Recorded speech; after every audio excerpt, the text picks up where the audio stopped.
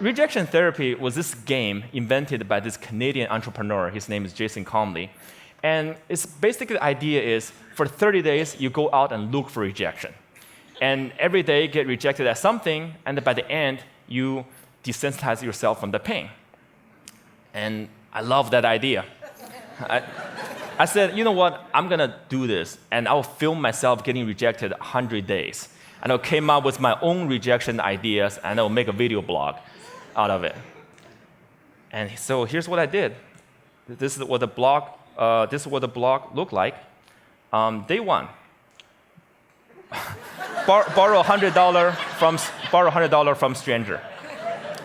So this is where I went to where I was working. I came downstairs and saw this big guy sitting behind the desk. You know, he looked like a security guard.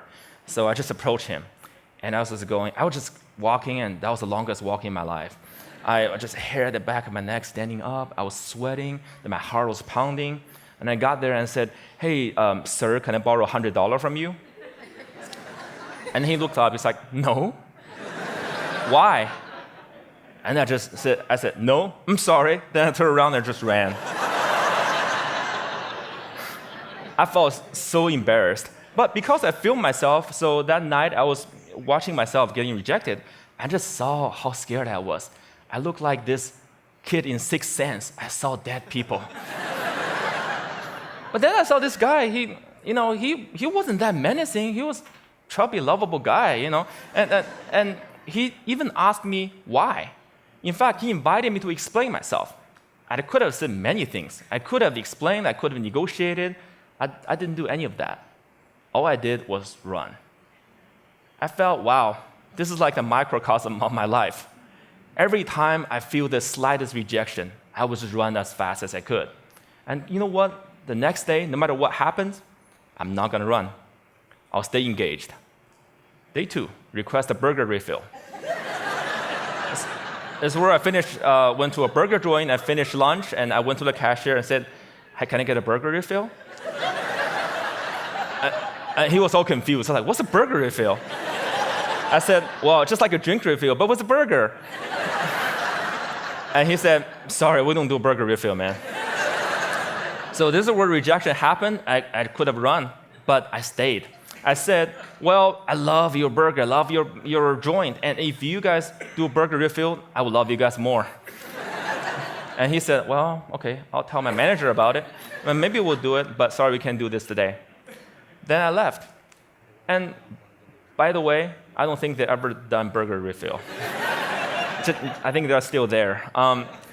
But the life and death feeling I was feeling the first time was no longer there, just because I stayed engaged, because I didn't run. I said, "Wow, great, I'm already learning things." Great. And then day 3, getting Olympic donuts.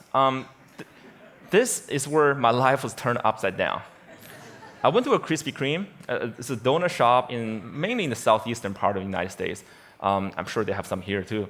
And I went in and said, "Can you make me donuts that look like Olympic symbols?" Basically, you interlink 5 donuts together. I mean, there's no way they could say yes, right?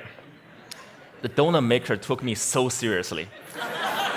So she put out a paper, started jotting down the colors and the rings. It's like, how could I make this? And then 15 minutes later, she came out with a box that looked like Olympic rings. And I was so touched. And I just couldn't believe it. And that video got over 5 million views on YouTube. The world couldn't believe that either. And because of that, I was on in newspapers and talk shows and everything, and I became famous. A lot of people started writing emails to me and saying, what you're doing is awesome. But fame and notoriety did not do anything to me. What I really want to do was learn and to change myself. So I turned the rest of my 100 days of rejection into this playground, into this research project. I wanted to see what I can learn. And then I learned a lot of things. I discovered so many secrets. For example, I found if I just don't run, if I got rejected, I could actually turn a no into a yes. And the magic word is why. So one day, I went to a stranger's house, I had this flower in my hand, and I said, knocked on the door, I said, "Hey, can I plant this flower in your backyard?" and he said, "No." But before he could leave, I said, "Hey, can I know why?" And he said, well, I have this dog that would dig up anything I put in the backyard. I don't want to waste your flower. If you don't do this, go across the street and talk to Connie. She loves flowers. So that's what I did. I went across and knocked on Connie's door, and she was so happy to see me. And then half an hour later, there's this flower in Connie's backyard. I'm sure it looks better now. But had I left after the initial rejection, I would have thought, well, it's because the guy didn't trust me. It's because I was crazy, because I didn't dress up well, I didn't look good. It was none of those. It was because what I offered did not fit what he wanted. And he trusted me enough to offer me a referral, using sales term. I converted that referral. And then I learned I could fulfill my life dream by asking.